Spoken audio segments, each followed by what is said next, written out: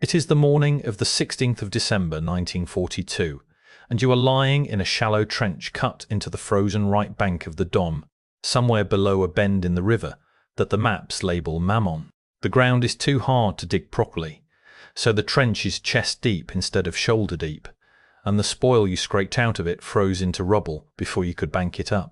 100 yards behind you sits the only anti-tank gun your battalion has, a small piece on 2-spoked wheels with 4 men standing over it and their hands under their armpits. You are wearing a wool greatcoat and leather boots drawn from a depot that was equipping men for a summer campaign in southern Russia. Across a mile of open snow, on the far side of the grey light coming off the river, you can hear engines. 15 days later, the army that Trench belonged to had been cut into 4 isolated pieces, and the entire Axis line between Novaya Kalitva and Chernyshevskaya had ceased to function as a front. 6 weeks after that, the last organised formation of that army broke out of a Soviet encirclement behind 3 German assault guns and walked west into the snow with 40,000 men behind it. The formation was the Italian 8th Army in Russia. It was the largest force Benito Mussolini ever committed to a single campaign, and by November of 1942 it stood at 235,000 men in 12 divisions and 4 legions. It was destroyed on the Dom in 2 separate Soviet operations a month apart, and the 2 are constantly merged into one. They were not one. The first was Operation Little Saturn, 16th to 30th of December 1942, and it destroyed 2 of the Army's 3 corps. The second was the Ostrogosk-Rossosh operation, 13th to 27th of January 1943, and that is what took the third.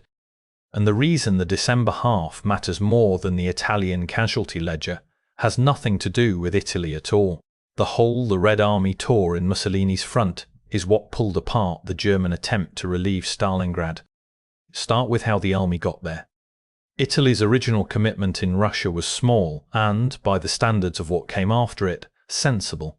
The Italian Expeditionary Corps in Russia was roughly 60,000 men, 3 divisions, under General Giovanni Messi.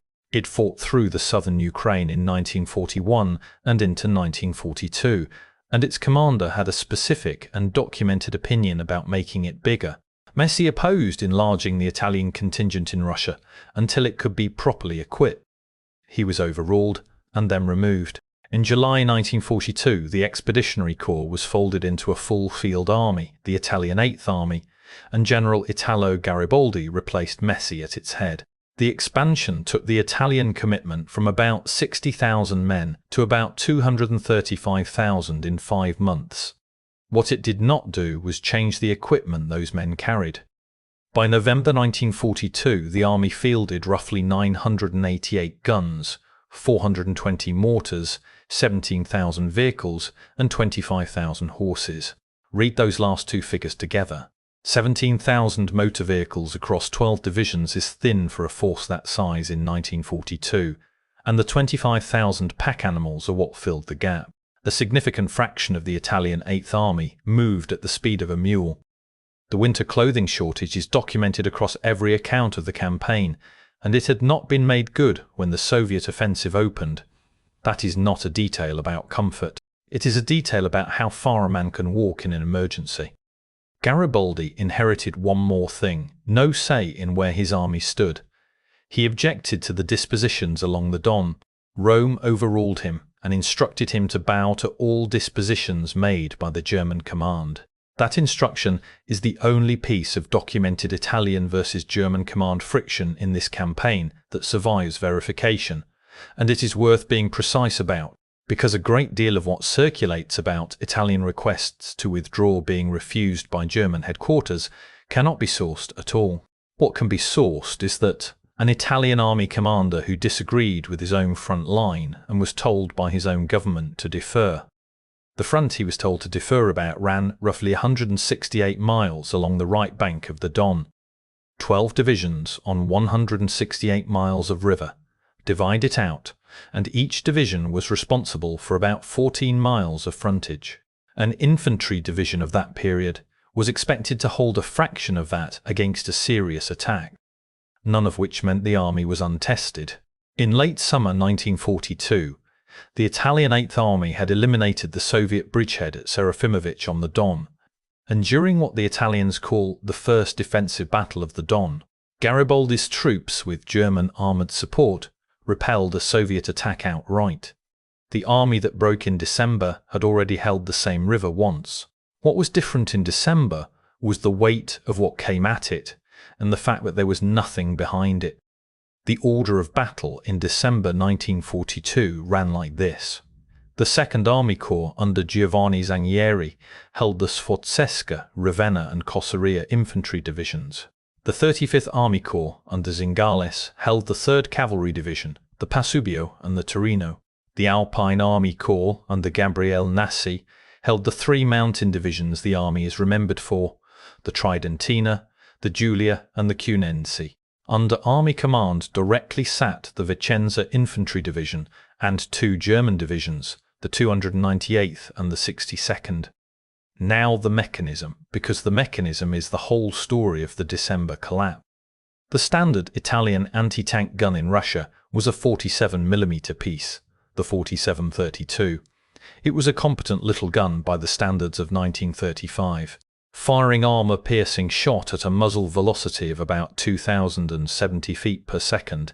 It penetrated roughly 2.3 inches of armour at 110 yards, and roughly 1.7 inches at 550 yards. Its own reference literature notes that it was still in frontline service despite being ineffective against the heavier tanks it had to face. Set that against what was on the other side of the river. The T-34 carried a glacis plate about 1.8 inches thick, laid back at 60 degrees from the vertical. Sloped that hard, 1.8 inches of plate behaves like something closer to 3.5 inches of flat armour against a shot arriving on the horizontal. 2.3 inches of penetration at 110 yards. 3.5 inches of effective protection. The subtraction is not complicated, and no Italian gunner on the Don needed a proving ground to work it out. The first blow did not land on the 16th of December, it landed on the 11th.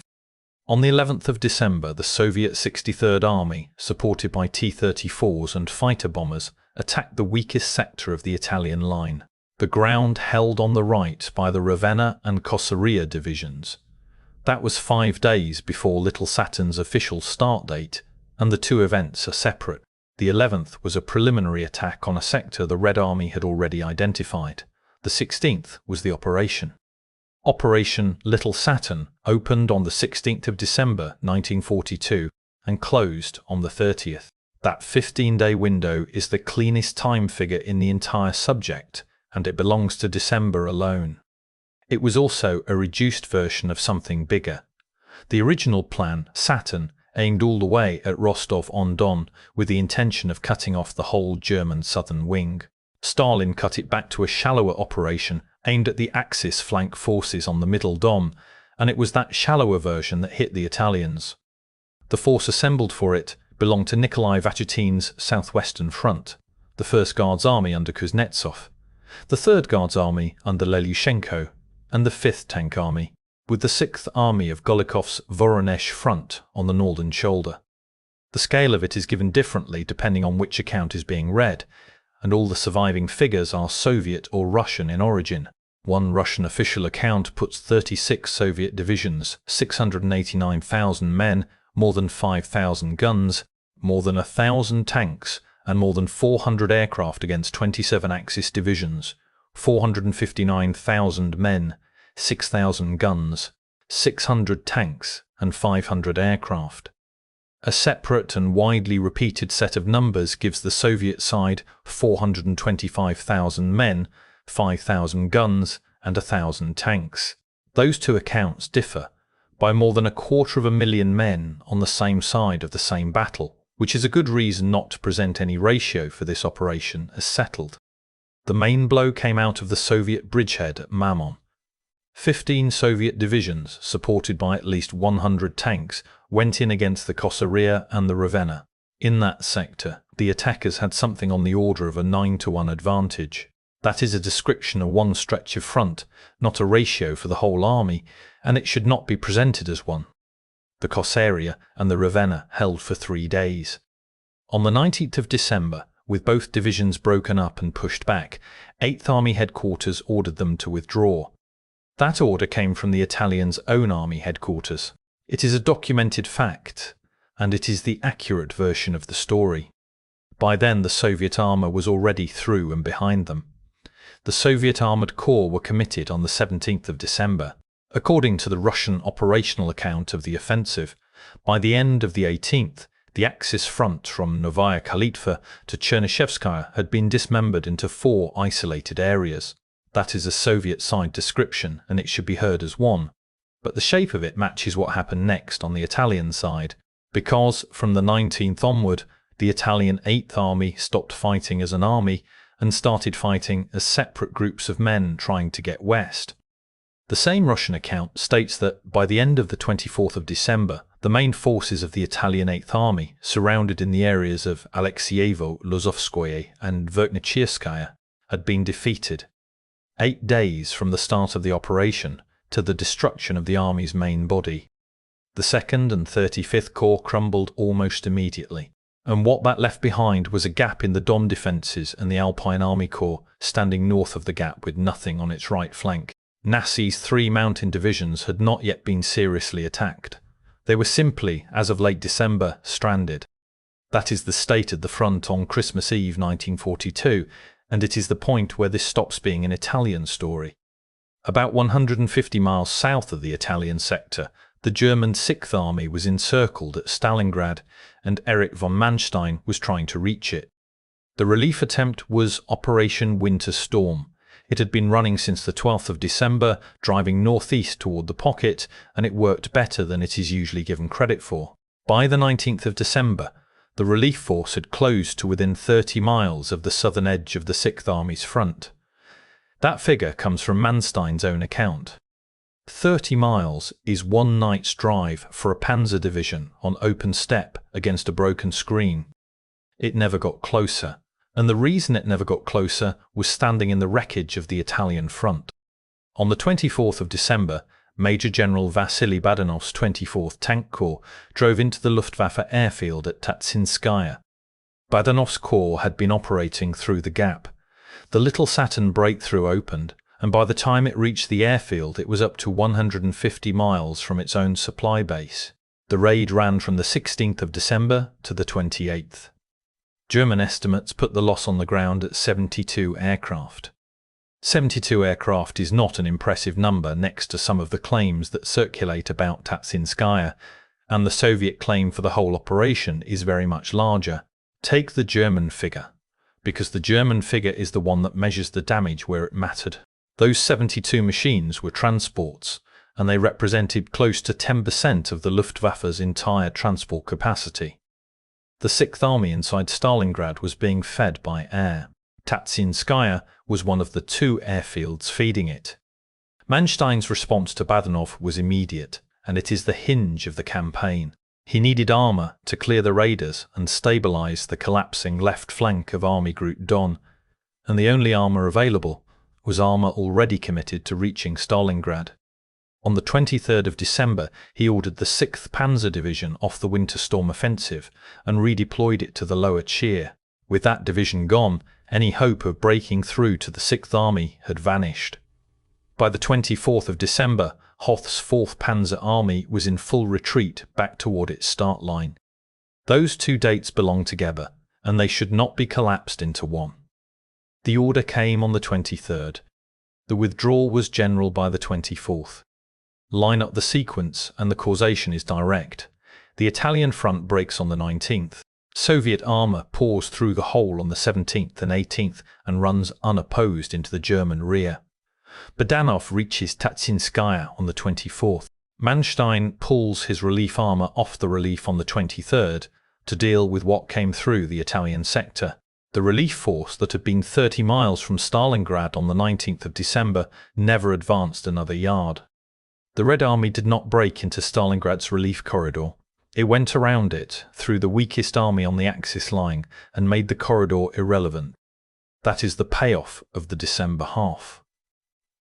The Italian 8th Army's collapse is not primarily a story about Italy. It is the reason the German 6th Army stayed in Stalingrad. now the January half, and the corps that had been left standing. The Alpine Army Corps spent the end of December and the first 12 days of January holding a line on the Dom that no longer connected to anything on its southern flank. 3 mountain divisions, the Tridentina, the Giulia and the Cunense, plus the Vicenza Infantry Division under Army Command, sitting on a river with an open right shoulder. On the 13th of January 1943, the Voronezh front opened the Ostrogosk-Rossosh operation. This is a distinct offensive with its own dates, its own front commander and its own objectives, and it ran from the 13th to the 27th of January. It is not a phase of Little Saturn, which had ended on the 30th of December. The Soviet assault group committed to it is given in one detailed Russian operational account as 210,000 personnel, 3,155 guns and mortars, 797 tanks and 208 aircraft. Other accounts give more than 300,000 men and around 1,000 tanks. Those are Soviet and Russian side figures, and they do not agree with each other, so take them as a scale rather than a count. The operation destroyed the Hungarian Second Army near Svoboda on the Don, to the northwest of the Alpine Corps, and pushed back the German 24th Army Corps on the Alpine Corps' left flank. With the Italian Line Corps already gone in December and the Hungarians gone in January, the Alpine Corps was encircled. From the 14th of January, the Soviet 6th Army struck the mountain divisions directly. On the evening of the 17th of January, General Gabriele Nassi ordered a full retreat. By that point, the Giulia and the Cunense had been cut up badly enough that only the Tridentina was still capable of organised combat operations. Nassi's order was to gather at Podgorny and break west toward Waluiki. What formed up behind the Tridentina was not a division and was not an army. It was a column of roughly 40,000 men, Alpini, Italian troops from other commands who had attached themselves to the only formation still functioning, German soldiers and Hungarian hussars. That column then walked about 125 miles. Accounts differ on how long it took, ranging from 11 days to 15, so call it about 2 weeks. The temperatures given for that fortnight run from -22 down to -40 degrees Fahrenheit. 125 miles on foot at -22, through and around Soviet units that were themselves advancing, by an army that had not been issued adequate winter clothing. On the 20th of January at Novopostojalovka, the Giulia and the Cunense were cut up further. One account states that whole Alpini battalions ceased to exist as combat units there. In the last week of January, at Waluiki, the surrounded remnants surrendered. That included what was left of the Cuniense and of the Vicenza with their staffs. Sources split between the 27th and the 28th of January for the surrender itself, which is why the honest version of that sentence is the last week of January and not a specific day, which leaves the Tridentina, the 40,000 men behind it, and one village. On the morning of the 26th of January 1943, the reconnaissance element of the Tridentina reached a place called Nikolaevka, which is now Livenka. The village was held by the Soviet 48th Guards Rifle Division, which had fortified the railway embankment running through it on both sides. The column had no route around. Nassi ordered a frontal assault. It opened at 9:30 in the morning. The attack was led by the 6th Alpini Regiment, with the battalions Verona, Valchies and Vestoni, by the Tridentina's 2nd Mixed Alpine Engineer Battalion, by the Alpine Artillery Group Bergamo of the 2nd Alpine Artillery Regiment, and by 3 German assault guns, Stooge 3s.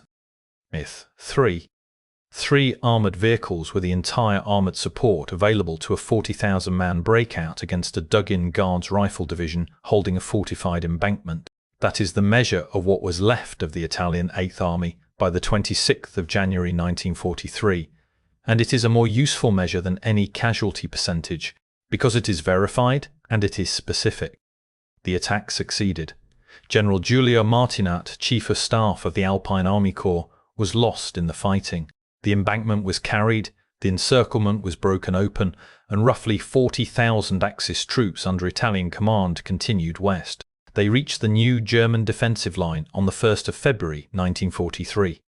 The day after they reached it, the German 6th Army finished surrendering at Stalingrad.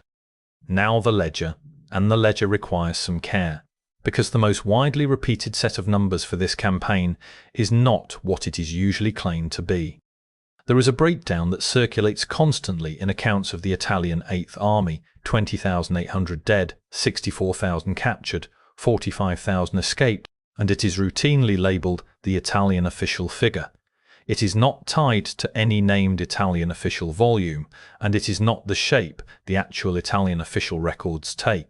It is a narrative summary that got repeated until it looked authoritative. It should not be used, and it is not used here. The genuinely official Italian figures are different, and they are more informative. The Italian Ministry of Defence's 1977 accounting recorded 84,830 Italian military personnel who did not return to Axis lines and were carried as missing. The 8th Army's own loss table for the 20th of August 1942 through the 20th of February 1943 records 87,795 as fatalities and missing, of whom 3,168 were officers and 84,627 were non-commissioned officers and men. Wounded and frostbitten came to 34,474, of whom 1,527 were officers and 32,947 were non-commissioned officers and men. Total: 114,520 out of an army that began at 235,000. Just under half. There is also a figure of about 130,000 Italians encircled that appears in a great many accounts of Little Saturn. It carries no source in any of the places it appears, and by most accounts is an approximate operational description rather than an archival headcount. It is repeated here with that caveat attached, and it should not be built on. What happened to the men carried as missing is documented from the other side. Soviet archives record that 54,400 Italian prisoners reached the camps alive. 44,315 of them, more than 81%, did not survive captivity, most of them during the winter of 1943. The historian Thomas Schlemmer estimates that a further 22,000 or so were lost on the marches to the camps before they were ever registered as prisoners at all. Between 1945 and 1954, 10,085 prisoners were returned to Italy. 10,085 out of the 54,400 who reached the camp, roughly 1 in 5. That repatriation figure is the only honest survivor statement available for this campaign, because every survivor fraction that circulates about individual divisions contradicts itself between sources. That is worth saying plainly, because the Tridentina and the Giulia are the subject of a lot of numbers that do not survive checking. One source has the Tridentina deploying 18,000 men and taking 75% casualties. Another says a third survived, about 4,250, which does not divide correctly against the first. A third gives 8,000 to 9,000 Tridentina troops present at Nikolaevka. The Giulia is variously given as 1/10 surviving and as 1,200 out of 18,000. Those cannot all be true, and there is no way to arbitrate between them. The 40,000-man column is verified. Use that. The same discipline applies to the Soviet claims. The Red Army claimed roughly 60,000 prisoners, 176 tanks, and about 370 aircraft for Little Saturn. That is an operational claim covering every Axis nationality in the sector, Italian, Romanian and German together. It is not an Italian prison account, and it should never be presented as one. The same is true of the 86,000 prisoners claimed for Ostrogothsk-Rossosh, which explicitly covers Hungarian, German and Italian troops. What happened to the army afterward is simple. The survivors were repatriated to Italy in March and April 1943. The Italian 8th Army was formally disbanded on the 10th of September 1943, after the Cassabile armistice took Italy out of the war on the German side. Mussolini was removed from power on the 25th of July 1943. The Don is usually listed among the causes, alongside the loss of North Africa and the Allied landing in Sicily, and the honest description is contributory rather than decisive. What the Don did do to Italian politics is more specific than that. Italians and Germans blamed each other publicly and bitterly for the collapse. The Italian public learned that an army of 250,000 men had been sent east under-equipped and had come back at half strength, and the alliance never recovered its credibility inside Italy. The military verdict is narrower and firmer. 235,000 men, 12 divisions, 168 miles of river, and an anti-tank gun that could put 2.3 inches of penetration into 3.5 inches of sloped armour. The Red Army identified the weakest sector of that line, hit it with a preliminary attack on the 11th of December to confirm what it already suspected, and then put 15 divisions and 100 tanks into it on the 16th. 3 days later, the divisions holding it were withdrawing. 2 days after that, the Axis front for 100 miles had been broken into 4 disconnected pieces. And through that hole went Badanov, 150 miles into the German rear, onto the airfield that was feeding Stalingrad from the air. The relief column that reached 30 miles from the 6th Army on the 19th of December was ordered to give up its armour on the 23rd and was retreating by the 24th. It never came back. About 290,000 Axis personnel were inside the ring at Stalingrad when the encirclement closed in late November, and the corridor that might have reached them was closed not by anything that happened at Stalingrad, but by 15 days on the Don, 150 miles to the northwest, in a sector held by an army that Mussolini had built for prestige and equipped for a different war.